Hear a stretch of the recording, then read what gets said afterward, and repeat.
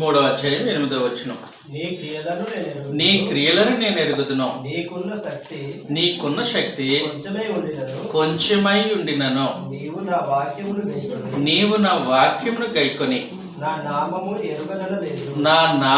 ఎరుగుననలేదు. తలుపు నీ ఎదుట తీసి ఉంచి ఉన్నాడు, దానిని ఎవడును వేయలేరు. అది సంగతి. కాబట్టి ప్రశంసలు ఏమంటూ ఉన్నారనంటే, నీ క్రియలను నేను ఎరుగుదును, నీ క్రియలను నేను ఎరుగుదును. ఏం ఎరుగుదుడు? నీకున్న శక్తి కొంచెమై ఉండినను నీవు నా నామమును గైకొని నా వాక్యమును గైకొని నా నామము ఎరుగను అనలేదు. అద్భుతమైన సంగతి. నీకున్న శక్తి కొంచెమై ఉండను అన్నది. వాస్తవానికి ప్రభువైన యేసు తన ప్రజల యొక్క సామర్థ్యాన్ని, వారి యొక్క శక్తిని ఎరిగినవాడు. వారి యొక్క శక్తిని ఎరిగినవాడు. ఆయన ఒకసారి ఆయన వెంబడిస్తున్నటువంటి అపోస్తలుల శిష్యులను చూసి చిన్న మంద అన్నాడు. చిన్న మంద, చిన్న మంద అంటే అర్థం ఏంటండి?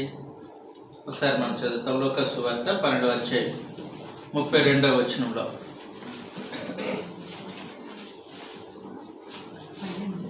లూకా సువార్త 12వ అధ్యాయం 32వ వచనం. చిన్న మంద భయపడకుడి, రాజ్యం అనుగ్రహించుట చాలు. కాబట్టి ఆయన వెంబడించే మనుషులు ఎంతమంది యూదులు ఉన్నారో,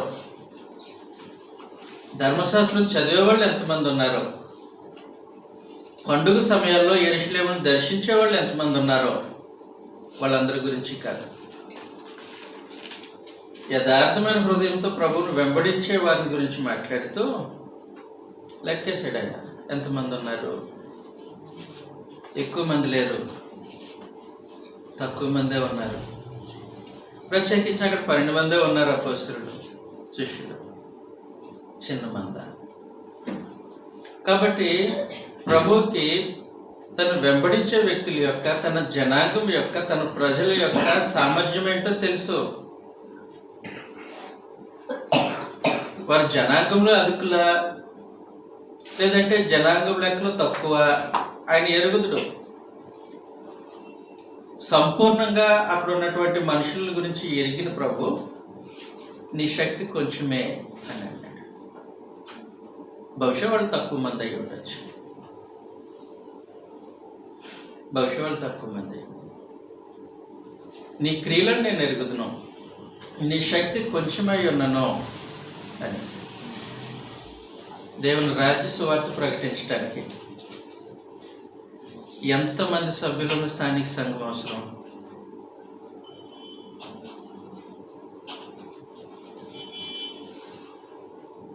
దేవుని కార్యక్రమాలు జరిగించడానికి ఎంత పెద్ద సంఘం అయి ఉండాలి?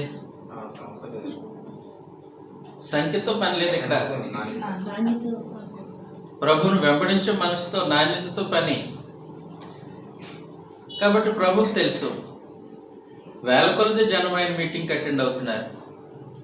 ఆయన ఎక్కడైనా సందేశం ఇస్తూ ఉంటే 5,000 మంది, భోజనం చేసే పురుషులు 5,000 మంది, పిల్లలు స్త్రీలు ఎంతమందో తెలియదు. అంత పెద్ద జన సముద్రం కింద ఉంటారు. ప్రభు వాళ్ళందరూ నా వాళ్ళు అనుకోరు. ప్రత్యేకించి ఆయన అడ్రస్సింగ్, ఆయన మంద గురించి అడ్రస్ చేస్తూ మీరు చిన్న మంద. మరి ఆ రోజు అంతమంది వచ్చారు మీటింగ్కి. అలాంటి భావం కలిగినటువంటి ప్రభు అయిన యేసు పిలదలిపోయినటువంటి సంఘాన్ని ఏమని మాట్లాడుతూ ఉన్నారంటే, మీ శక్తి కొంచెం అయ్యింది నాకు తెలుసు. బహుశా మీరు లెక్కలో తక్కువ జనాంగం అయి ఉండొచ్చు, అంత మాత్రమే కాదు.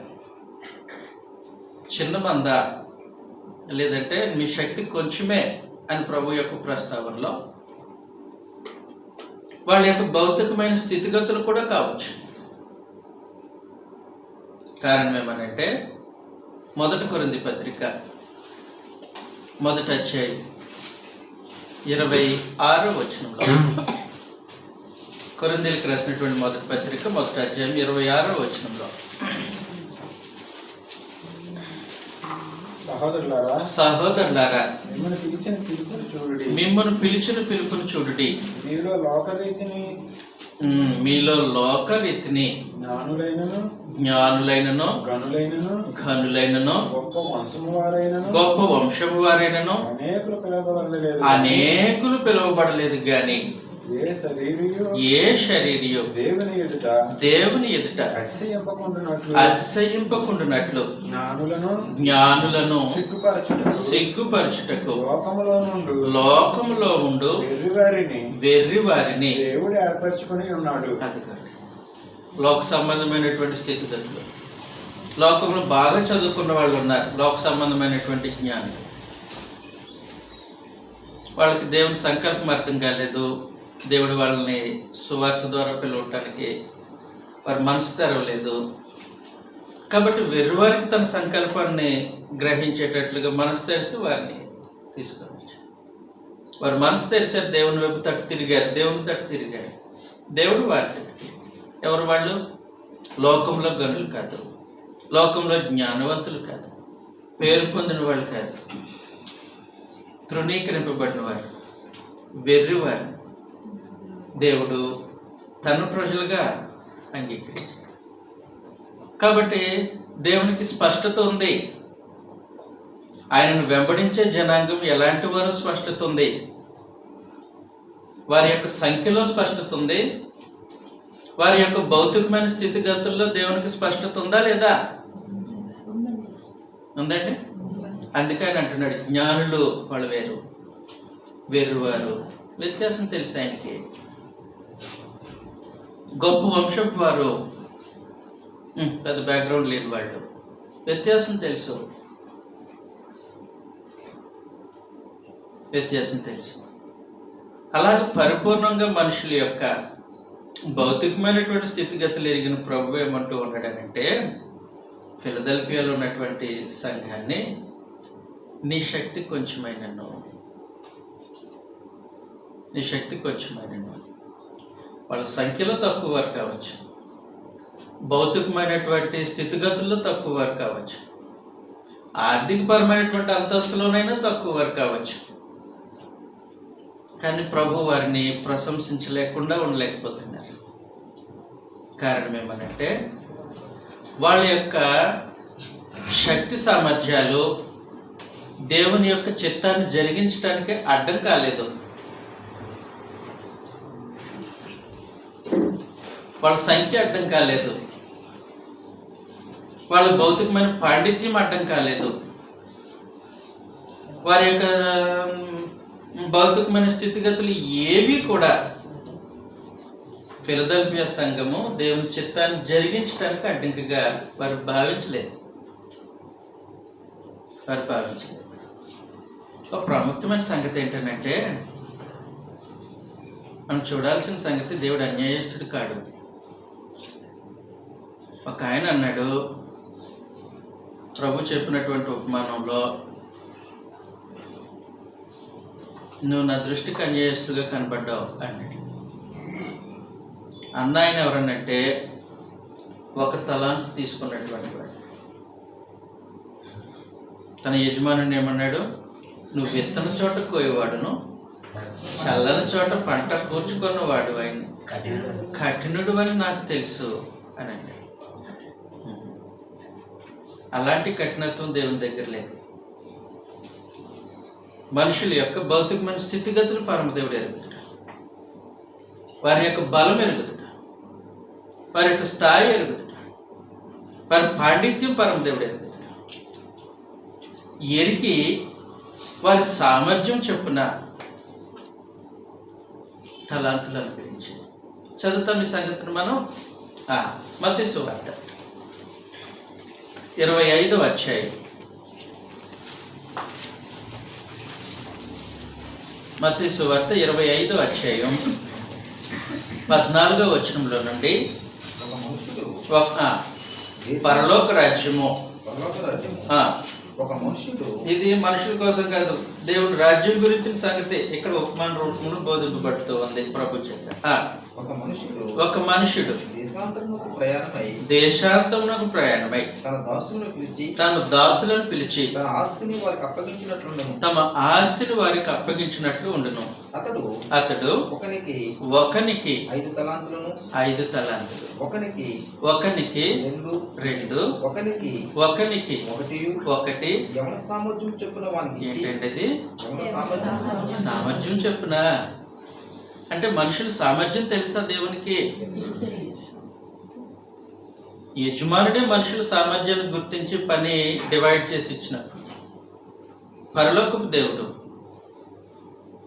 మనుషుల యొక్క సామర్థ్యాన్ని ఎరిగినటువంటి పర్వతండి. తన జనాంగం యొక్క స్తోమత సామర్థ్యం ఏంటో ఎరిగినటువంటి ప్రభు అని చేస్తుంది. ఏం చేస్తూ ఉంటారనంటే సామర్థ్యం చెప్పున పని చేస్తున్నారా లేదా చూస్తావు. సామర్థ్యం చెప్పున పని చేస్తున్నారా, సామర్థ్యం చెప్పున నేను అనుగ్రహించినటువంటి తలాంతులు వినియోగిస్తున్నారా లేదా పని చేస్తూ ఉంటారు. ఒక ఆయనకి 5 ఇచ్చారు, ఒకనికి 2, ఒకనికి 1. ఎక్కువ ఇచ్చిన వాడి మీద ప్రేమ కాదు, తక్కువ ఇచ్చిన వాడి మీద ద్వేషం కూడా లేదు. సామర్థ్యం ఎరిగినటువంటి దేవుడు, సామర్థ్యం ఎరిగినటువంటి దేవుడు. కాబట్టి వాళ్ళు పనిచేసిన తీరు, ప్రతిఫలం, ఏం పని చేశారు లెక్క కట్టినాడు. 5 తలాంతులు తీసుకున్నవాడు మరి ఒక 5 సంపాదించాడు. 5 ఎందుకు చేసావు? 10 చేయాలి కదా. వారి యొక్క శక్తిని ఎరిగినటువంటి యజమానుడు, వారి సామర్థ్యాన్ని ఎరిగినటువంటి యజమానుడు 5 తలాంతులు మరి ఒక 5 సంపాదించావా? Very good. నువ్వు మిక్కిలి కొంచెంలో నమ్మకంగా ఉన్నావు.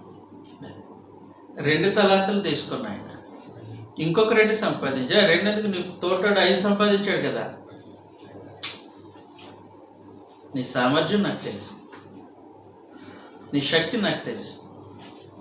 సామర్థ్యాన్ని బట్టి తలాంతు ఇవ్వబడింది.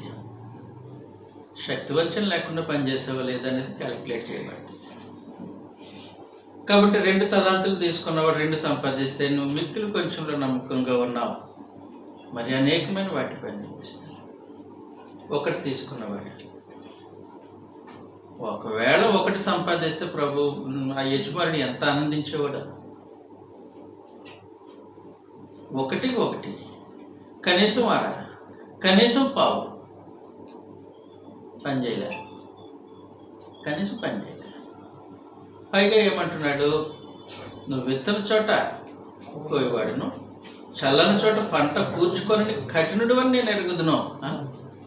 నేను నీకు ఎలాగర్థమయ్యానా?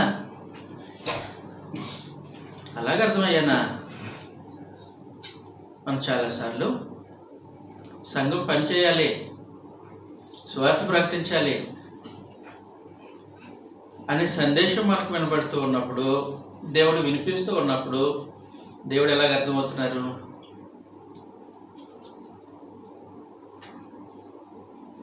దేవుడు ఎలాగ అర్థమవుతున్నారు?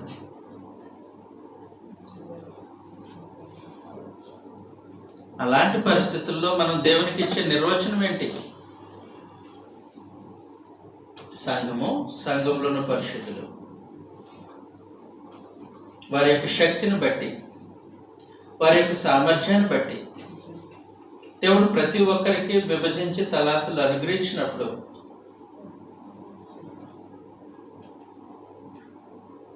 మనం ఎలా డిఫైన్ చేస్తున్నాం పరమ దేవుడిని?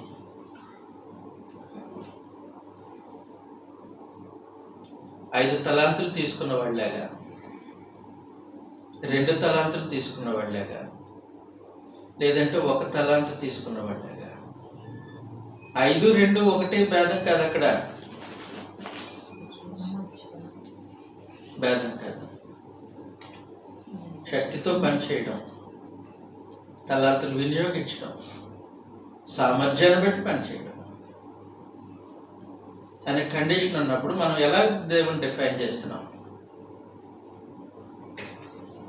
మనం ఎలా డిఫైన్ చేస్తున్నామో తెలియదు, కానీ ఫిలదెల్ఫియాలో ఉన్నటువంటి స్థానిక సంఘం ప్రభు మెచ్చుకునేటట్టుగా వారి శక్తి కొంచెమైనను పనిచేశారు. అది ప్రభు వారిని ప్రశంసించినటువంటి సంఖ్యలో తక్కువ ఉండొచ్చు, ఆ సంఖ్యను బట్టి పని అప్పగింపబడుతుంది. వారి యొక్క భౌతికమైనటువంటి స్థితిగతుల్లో వ్యత్యాసం ఉంటుండొచ్చు, దానిని బట్టి పని చేయాల్సిన అవసరం ఉంటుంది. ప్రభు ప్రత్యేకించి వాళ్ళని చూసినప్పుడు శక్తి కొంచెమే, శక్తి చాలా కొంచెం, కానీ పని మాత్రం గొప్పది. అలాంటి ప్రశంసలు పొందుకున్నారు. జాగ్రత్తగా గమనించండి, మన శక్తి సామర్థ్యాలు ఎరిగినటువంటి ప్రభువు ఆయన అన్యాయస్తుడు కాడు. మనకి ఎలాంటి శక్తిని అనుగ్రహించాడో ఆయనకి తెలుసు. మనకి సామర్థ్యం అనుగ్రహించినటువంటి వ్యక్తికి ఆయనకి తెలుసు మనం ఎలాంటి పని చేయగలం అనేది. ఒకసారి ఏం జరిగిందని అంటే, ప్రభు ఈ సంగతులు చూస్తాం. మార్కు సువార్త 14:8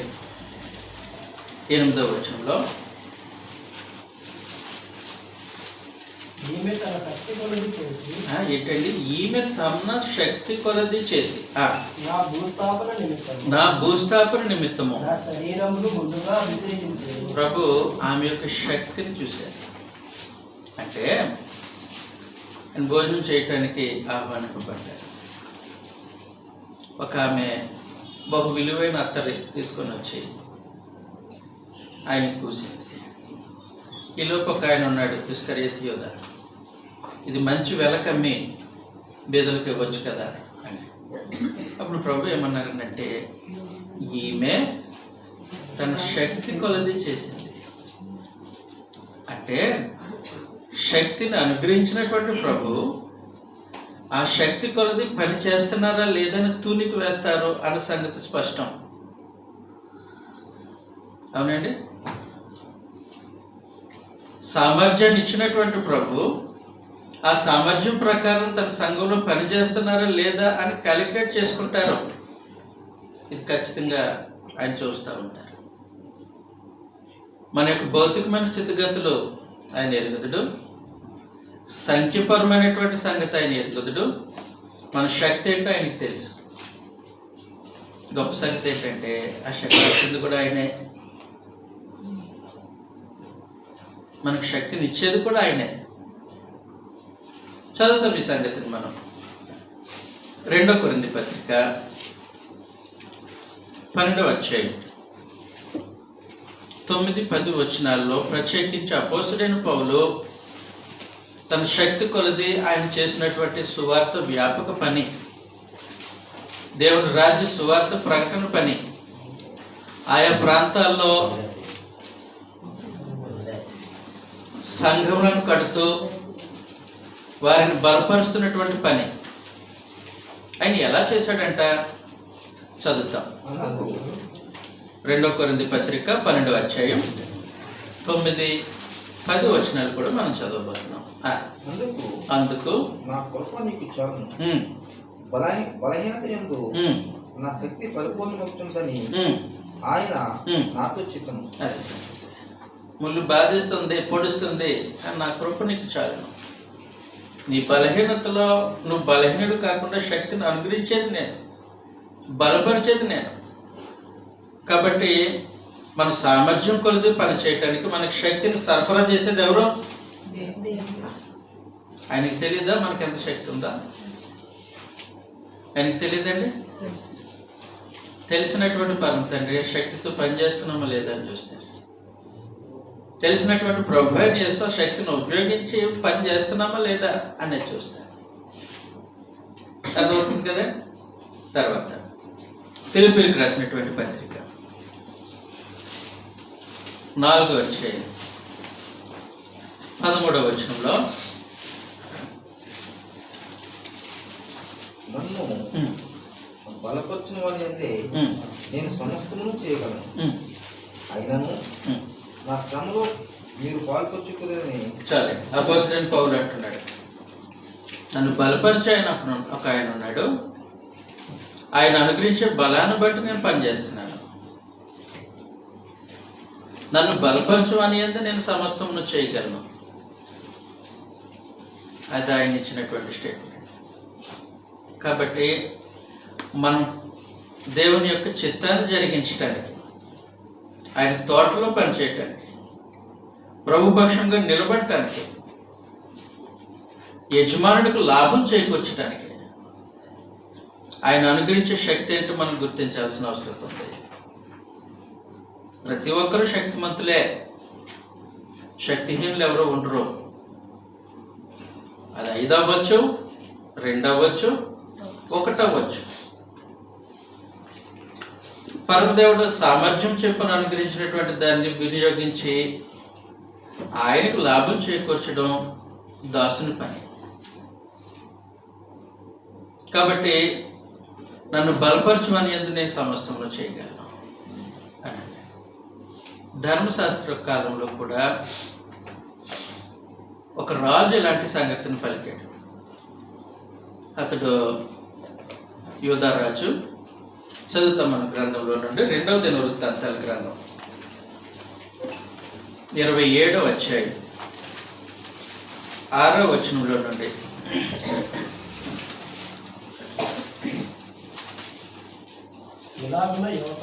ఇలాగున యోతాము తన దేవుడైన యెహోవా దృష్టికి యథార్థముగా ప్రవర్తించి బలపరచబడెను. యోతాము చేసిన ఇతర కార్యములను గూర్చి, అతడు చేసిన యుద్ధములన్నింటినీ గూర్చి, అతని చర్యను గూర్చి ఇశ్రాయేలు యూదారాజుల గ్రంథమందు రాయబడింది. కాబట్టి యథార్థంగా ప్రవర్తించడం ద్వారా బలపరచబడ్డాడు యోతాము. బలపరిచింది ఎవరు? బలం అనుగ్రహించింది ఎవరు? అది సరే, అది సరే. కాబట్టి ఎవరు శక్తి ఏంటో ఆయనకు తెలుసు. వారిని అలాంటి శక్తిమంతులుగా చేసిందే పరమ తండ్రి.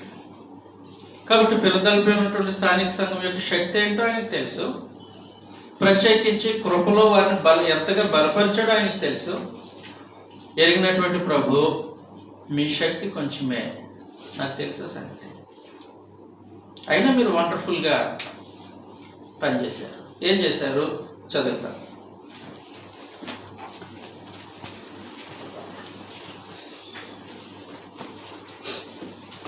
నీ శక్తి కొంచెమై ఉండినను, 8వ వచనం, నీ శక్తి కొంచెమై ఉండినను నీవు నా వాక్యములు గైకొని, నీవు నా వాక్యమును గైకొని నా నామము ఎరుగను, నా నామము ఎరుగను అనలేదు.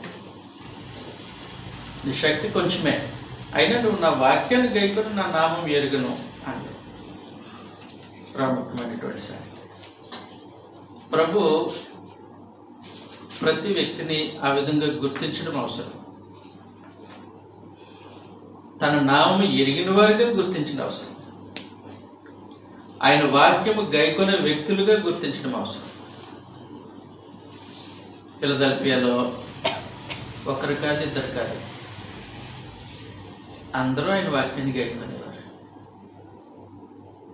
ఇలాంటి ప్రశంస ఎఫెసీ సంఘానికి లేదు. ఏమన్నారు ఎఫెసీ సంఘాన్ని? నీ మొదటి ప్రేమను విడిచిపెట్టావు. ఇలాంటి ప్రశంస పెర్గము సంఘానికి లేదు. ఎందుకని? నీలో కొందరు దారి తప్పుతున్నారు, అందరూ ఒక తాటి మీద నడవట్లే. కొందరు బిలాము బోధ, కొందరు నికాయలోతుల బోధను అనుసరించారు. తుయతైరాలో కొందరు మళ్ళీ డివేట్ అయిపోయారు, 2 బ్యాచ్లు అయిపోయారు.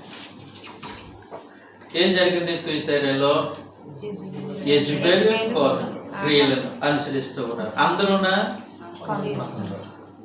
సార్దిస్లో చావు బతుకుల మధ్యలో ఉన్నవాళ్ళు కొంతమంది, చచ్చిన వాళ్ళు కొంతమంది, బ్రతుకున్న వాళ్ళు కొంతమంది. అందరూ ఒకే రకంగా ఉన్నారా? కానీ ఫిలదెల్ఫియాలో అద్భుతమైన సంగతి, ఫిలదెల్ఫియాలో అద్భుతమైన సంగతి ఏంటంటే అందరూ దేవుని వాక్యాన్ని గైకుంటారు. సంఘము దేవుని వాక్యంలో పెంచబడుతూ ఉన్నారు.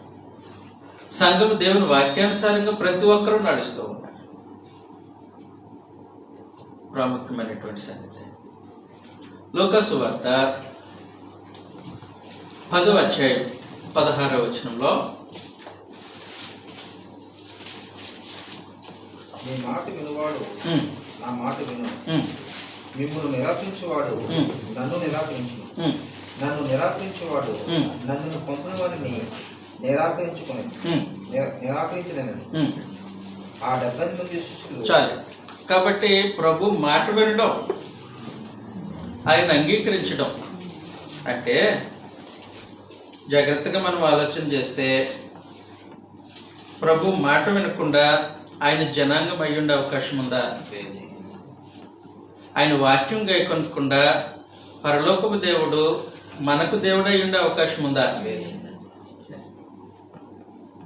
లేదు.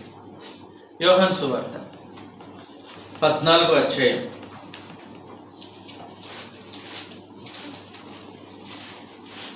14వ అధ్యాయం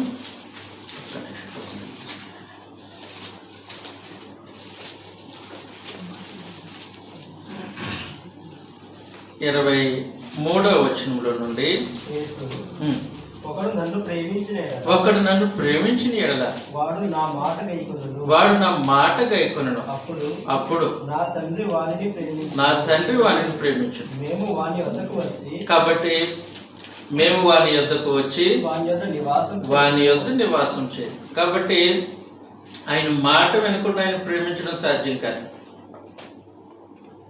ఆయన మాట వినేవాడు ఆయనను ప్రేమించేటట్టు అని ఒక లెక్క ఉంది.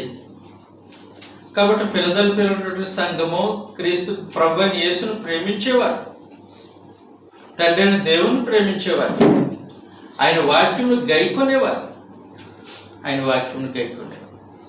కాబట్టి ఆ స్థానిక సంఘంలో ప్రభు చూసినటువంటి ప్రశంసనీయమైన సంగతి, వారి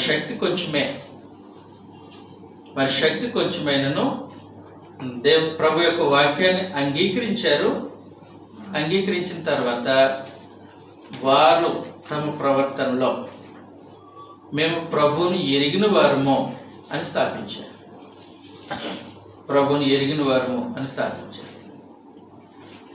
చాలాసార్లు ప్రభు చెప్పినటువంటి సంగతి, మా ప్రభు తెలుసు అన్నారు. మీకు ఎలా తెలుసు అబ్బాయి? ఆయన మా వీధిలో మీటింగ్ పెట్టినప్పుడు, అంటే ఆయన మీటింగ్ పెట్టరు, మా వీధిలో ఆయన బోధ చేసినప్పుడు మేము అక్కడ ఉన్నాం అన్నారు కొంతమంది. ఉన్నంత మాత్రాన ఆయన ఎరిగినట్ట ప్రశ్న. రెండో సంగతి, ఆయన నామాన్ని మేము దయ్యాలు వెళ్ళగొట్టాం, ఆయన నామాన్ని అద్భుతాలు చేశాం, ఆయన నామాన్ని సూచక్రియలు జరిగించాం అన్నారు ఒక బ్యాచ్. ప్రభు అన్నాడు, అక్రమం చేయవాళ్ళారా, నా ఎదురుని తొలగకుండా నేను మిమ్మల్ని అని. కాబట్టి ప్రభుని ఎరగడం అని అంటే మనుషులు ఊహించినట్టుగా కాదు. మనుషులు తమకు తాము సంతృప్తి పరుచుకుంటే ప్రభుని ఎరిగినట్టు కాదు. మేము ప్రభుని ఎరుగుదాం. ఎందుకు ఎలాగ ఎరుగుతాడు? మేము ఆయన మీటింగ్కి వెళ్ళాం కాబట్టి ఎరుగుతాం. ఆయన వాక్యము మా చెవులతో అప్పుడు విన్నాం కాబట్టి ఎరుగుదాం. మా కళ్ళతో ఆయన చూసాం కాబట్టి ఎరుగుదాం అండి. కుదరదాం, అది కుదిరే పని కాదు. నేను మిమ్మల్ని ఎరగను అండి. మేము ఆయన నామాన్న ఈ కార్యక్రమాలు ఆ కార్యక్రమాలు చేసాం, దయ్యాలు వెళ్ళగొట్టాం, ప్రవచించాం కూడా, అద్భుతాలు చేసాం, కాబట్టి మేము మిమ్మల్ని ఎరుగుదాం. మీరు నాకు తెలియకపోండి. కానీ ఫిలదెల్ఫియా సంఘాన్ని ఆయన ఏమంటూ ఉన్నారంటే, మీరు నా నామమును ఎరుగను అనలేదు. కొంతమంది మిమ్మల్ని ఎరుగుదుమో అన్నవాళ్ళేమో మీరు నాకు తెలియదు అన్నాడు. వీళ్ళతో ప్రత్యేకించి ఏమంటూ ఉన్నాడంటే, మీరు నా నామమును ఎరుగను అనలేదు. వాస్తవానికి తీతు పత్రిక 1వ అధ్యాయం 16వ వచనంలో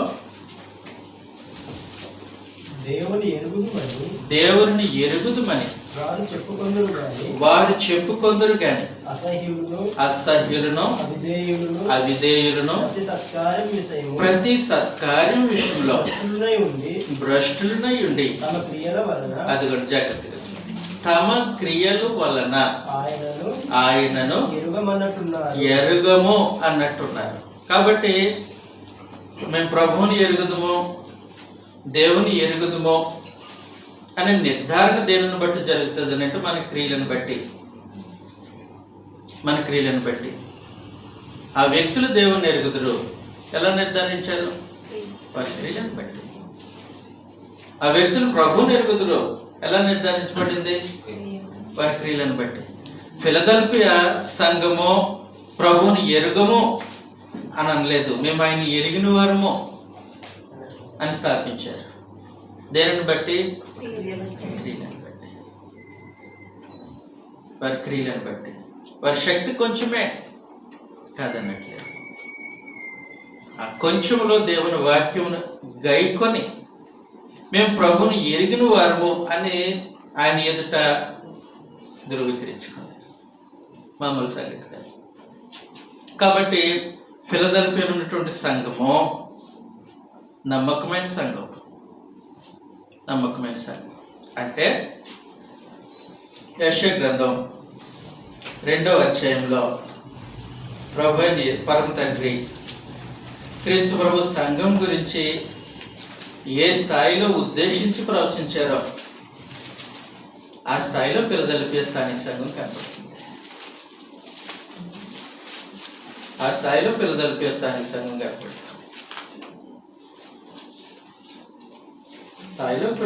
స్థానిక సంఘం కనపడితే ప్రభు అప్పుడు వాళ్ళను ఉద్దేశించి వాళ్ళను ప్రశంసించిన తర్వాత అధికారం కలిగిన ప్రభు, దావీదు యొక్క తాళపు చెవి కలిగినటువంటి ప్రభు,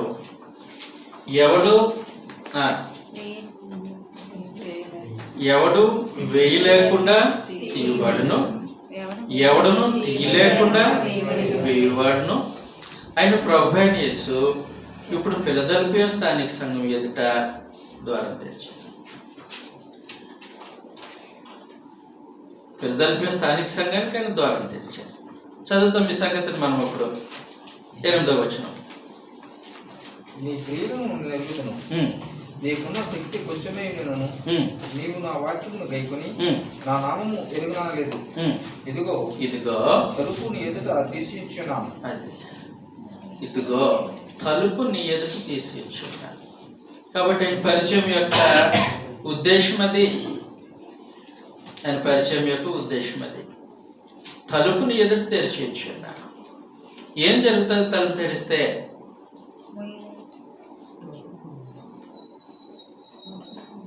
తలుపు తెరిస్తే ఏం జరుగుతుంది? యెరూషలేము నుండి యెహోవా, సియోనులో నుండి ధర్మశాస్త్రమును, యెరూషలేము నుండి యెహోవాకు బయట. తలుపు తీస్తే ఏం జరుగుతుంది? అనేకులు ప్రవేశించడానికి వీలుంటారు. అంటే ఫిలదెల్ఫియా స్థానిక సంఘము సువార్త ప్రకటించడానికి ప్రభు వారి విషయంలో ద్వారం తెరిచాడు.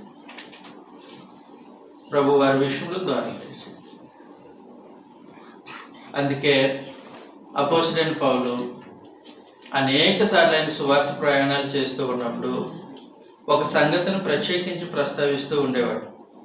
ఏంటంటే చదువుతాం ఒకసారి మనం అపోస్తలుల కార్యగ్రంథం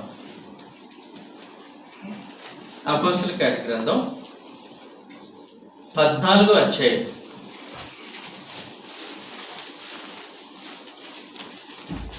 14వ అధ్యాయం 27వ వచనంలో నుండి వారు వచ్చి సంఘమును సమకూర్చి దేవుడు తమకు తోడై ఉండి చేసిన కార్యములను ఉమ్, అన్యజనులను విశ్వసించుటకు ఉమ్. ఆయన ద్వారం తెరిచి ఏంటండి? ద్వారం తెరిచి అన్య జనులు విశ్వసించటానికి ఎవరు ద్వారం తెరవాలి? మనుషులు క్రీస్తు ప్రభు సంఘంలోనికి ఆహ్వానింపబడటానికి ఎవరు ద్వారం తెరవాలి? ఎవరు ద్వారం తెరవాలి? కాబట్టి ప్రభు అయిన యేసు అలాంటి అధికారం కలిగి ఉండి ఫిలదెల్ఫియా స్థానిక సంఘం ఎదుట ద్వారం తెరిచాడు.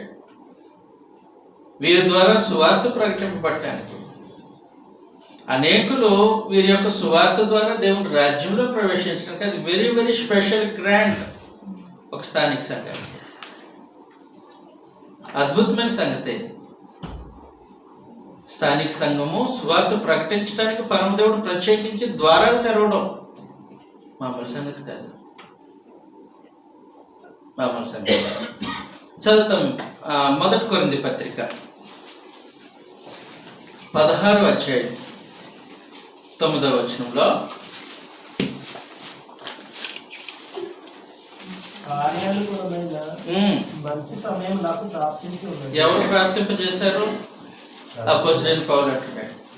మంచి సమయం, కార్యానుకూలమైన మంచి సమయం, ఆయన కార్యములు జరిగించడానికి అనుకూలమైన పరిస్థితి ప్రార్థించింది.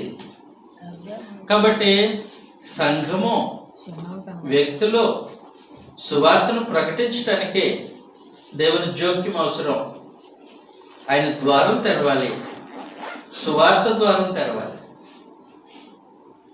ఆయన ద్వారం తెరవకుండా మనం గింజుకుంటే ప్రయోజనం ఏమి ఉండదు.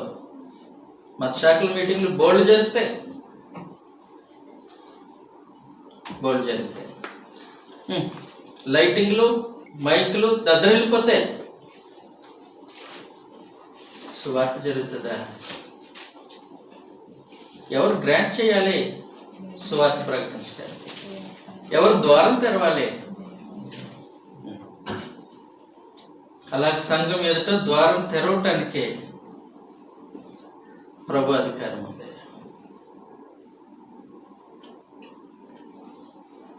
కార్యానుకూలమైన మంచి సమయం ప్రాప్తింపు చేయడానికి ఆయనకు అధికారం ఉంది. జాగ్రత్తగా గమనించాల్సిన సంగతి. 2 కొరింథీ పత్రిక 2వ అధ్యాయం 12వ వచనంలో క్రీస్తు సువార్త ప్రకటించుటకు ఆ, నేను త్రోయకు వచ్చినప్పుడు ప్రభువునందు నాకు మంచి సమయం ప్రాప్తించి ఉండగా. అది ప్రభునందు నాకు మంచి సమయం ప్రాప్తించి ఉండగా. కాబట్టి అపోజిట్ పౌలు తన పర్సనల్ ఎక్స్పీరియన్స్, నేను వెళ్ళినందుకు కాదు పని జరగడం, ఆయన అక్కడ ద్వారం తెరిచినందుకు పని జరిగింది. ఎఫెసులో అంతియోకయ స్థానిక సంఘం నన్ను పంపినందుకు కాదు, నన్ను పంపించినటువంటి స్థానిక సంఘానికి ప్రభు ద్వారం తెరిచినందుకు. కాబట్టి అన్ని జనుల్లో సువార్త ప్రకటించడానికి ప్రభు ద్వారం తెరిచాడు. కార్యానుకూలమైన మంచి సమయాన్ని ప్రాప్తింపజేశాడు. అన్న తర్వాత ఆయన ఏమంటాడనంటే, నాకు ద్వారం తెరవబడినట్టు మీరు ప్రార్థన చేయండి అంటున్నాడు. ఫిలిప్పీలకు రాసినటువంటి పత్రిక, కొలస్సీలకు రాసినటువంటి పత్రిక 4వ అధ్యాయం 3వ వచనం నుండి మనం చదివితే, ప్రార్థనయందు మెలకుగా ఉండి కృతజ్ఞత గలవారై దాని యందు మెలకుగా ఉండడి. మరియు నేను బంధములో ఉంచబడుటకు కారణమైన క్రీస్తు మర్మమును గూర్చి నేను బోధింపవలసిన విధముగానే, క్రీస్తు మర్మమును గురించి బోధించవలసిన విధముగానే ఆ మర్మమును వెల్లడిపరిచినట్లు వాక్యము చెప్పుటకు అనుకూలమైన సమయం దేవుడు దయచేయమని ఎవరు దయచేయాలి? దేవుడు దయచేయమని మా కొరకు ప్రార్థించండి. ద్వారం ఎవరు తెరవాలి? స్థానిక సంఘం ద్వారా సువార్త వ్యాప్తి అనే డోర్స్ ఎవరు ఓపెన్ చేయాలి? అందరికీ ఓపెన్ చేస్తాడా? అది ప్రశ్న. ఈ ద్వారం అందరికీ తెరవబడుతుందా?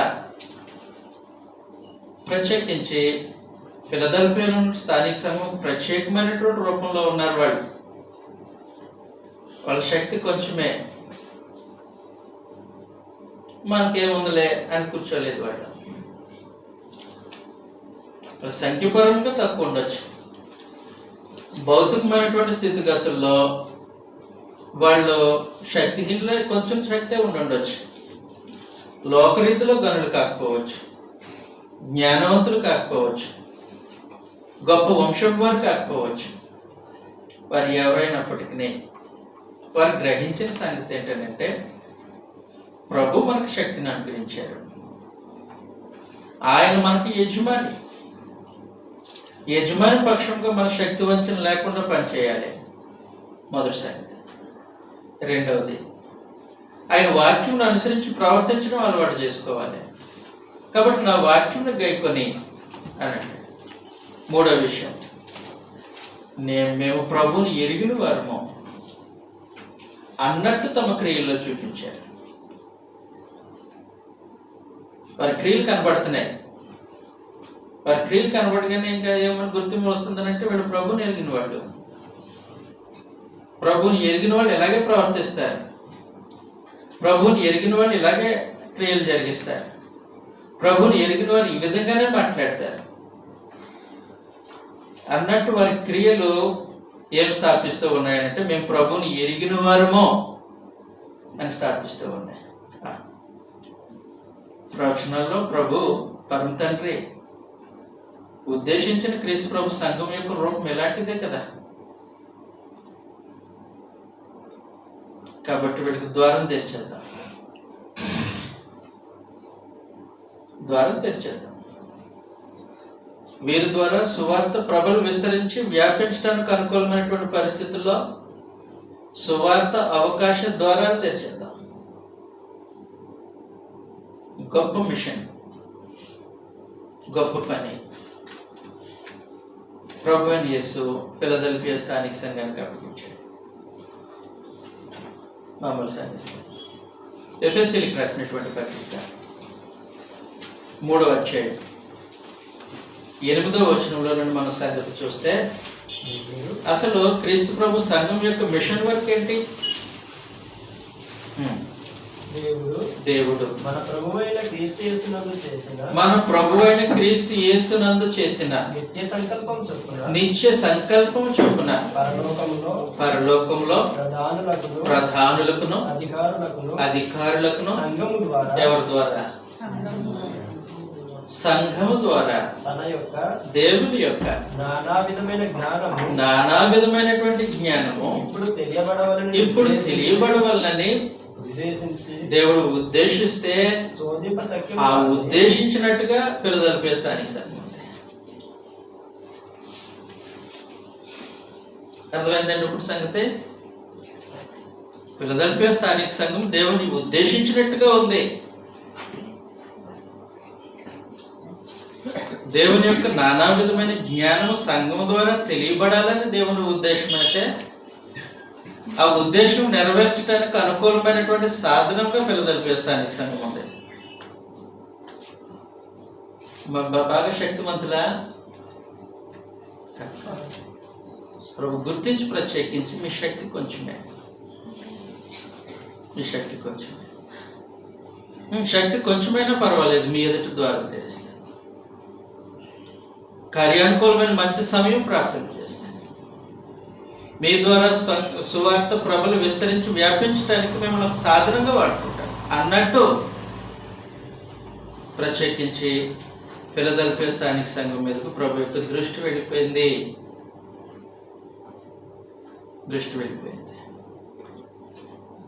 కాబట్టి మనం జాగ్రత్తగా ఆలోచన చేయాలి. స్థానిక సంఘాల యొక్క బాధ్యత దేవుని సంకల్పానికి సాధనంగా సువార్తను ప్రకటించడం. దేవుడు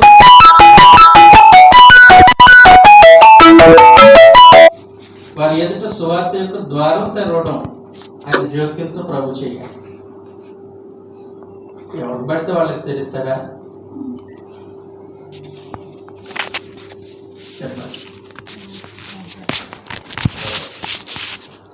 ద్వారం ఎందుకు తెలుస్తున్నానో కారణం చెప్పాడు ప్రభు. చెప్పారండి. చెప్పారు. ఒకసారి 8వ వచనం చదువుతాం మళ్ళా. దేవుడు ఉమ్. మన ప్రభువైన క్రీస్తు యేసునందు దేవుడు మన ప్రభువైన క్రీస్తు యేసునందు చేసిన నిత్య సంకల్పం చొప్పున ఇది కదా సార్, ప్రకటన 3:8. మీ క్రియలను నేను ఎరుగుదును. మీ క్రియలను నేను ఎరుగుదును. మీకున్న శక్తి కొంచెమే ఉండేది. అదిగోండి మొదటిది, మీకున్న శక్తి కొంచెమే అయినను. నీవు నా వాక్యమును గైకొని అది వాక్యానుసారంగా ప్రవర్తించే సంఘం అయితే ఆయన ద్వారం తెరుస్తాడు. నా నామం ఎరుగనలేదు. ఆయనని ఎరుగుదుము అన్నట్టుగా క్రియలు జరిగిస్తూ ఉంటూ వాళ్ళ ఎదుట ద్వారం తెరవబడుతుంది. ద్వారం తెరవబడుతుంది. అక్కడి నుంచి సత్యం, దేవుని జ్ఞానం లోకంలో ప్రకటింపబట్టడానికి పరమదేవుడు కార్యానుకూలమైన మంచి సమయం ప్రాప్తిస్తాడు. అర్థమవుతుంది కదా. కాబట్టి సంగతి ప్రాముఖ్యం, చాలా ప్రాముఖ్యమైనటువంటి. మీటింగ్ పెట్టేశాం, మైకులు దద్దరిల్లిపోయాయి, లైటింగ్లు జిమ్మిక్లు అదిరిపోయాయి, సువార్త ప్రకటన చేశాం. ఏం ప్రకటించా? అసలు ప్రభు నీకు ద్వారం తెరిచాడా? ఆలోచన చేయాల్సింది. మన తృప్తి ఏంటి? మన తృప్తి ఎంతమందితో మీటింగ్ పెట్టాం అనేది మన తృప్తి. ఈ మధ్యన ఇంకొక కల్చర్, ఎన్ని రకాల వంటకాలు వడ్డించు అనేది, ఎన్ని లైటింగ్లు, ఎంతవరకు సౌండ్ వినిపింపజేసాం. ఇవన్నీ మన తృప్తితో జరిగే కార్యక్రమాలు. సంఘము తన పరిచర్యకు సాధనంగా, సువార్తకు సాధనంగా సంఘం ఎదుట ప్రభు ద్వారం తెరవాలనంటే మనల్ని పరీక్షిస్తాడు. ఆయనను ఎరిగినట్టుగా మన క్రియలు ఉన్నాయా? మొదటి వాక్యానుసారమైన జీవితమా? 2 అప్పుడు కార్యానుకూలమైన మంచి సమయం. అందువలన ఇక్కడున్న స్థానిక సంఘం చిన్నదే, బిల్డింగ్ చిన్నదైతే మనుషులు ఇంకా తక్కువ ఉంటారన్న అభిప్రాయం. సంఖ్యతో పరిమితి లేదు ప్రభుకి. వారి యొక్క భౌతికమైన స్థితిగతులతో పరిమితి లేదు. శక్తి కొంచెమైనా మనుషులు ఆయన ఎదుట నమ్మకంగా ఉండడం ప్రాముఖ్యం. ఆయన వాక్యానుసారంగా బ్రతకడం ప్రాముఖ్యం. ఆయనని ఎరుగుము అన్నట్టు దినచర్య జరిగించడం ప్రాముఖ్యం. అప్పుడు ఆయన జోక్యం ఉంటుంది. కార్యానుకూలమైన మంచి సమయం కొరకు ఆయన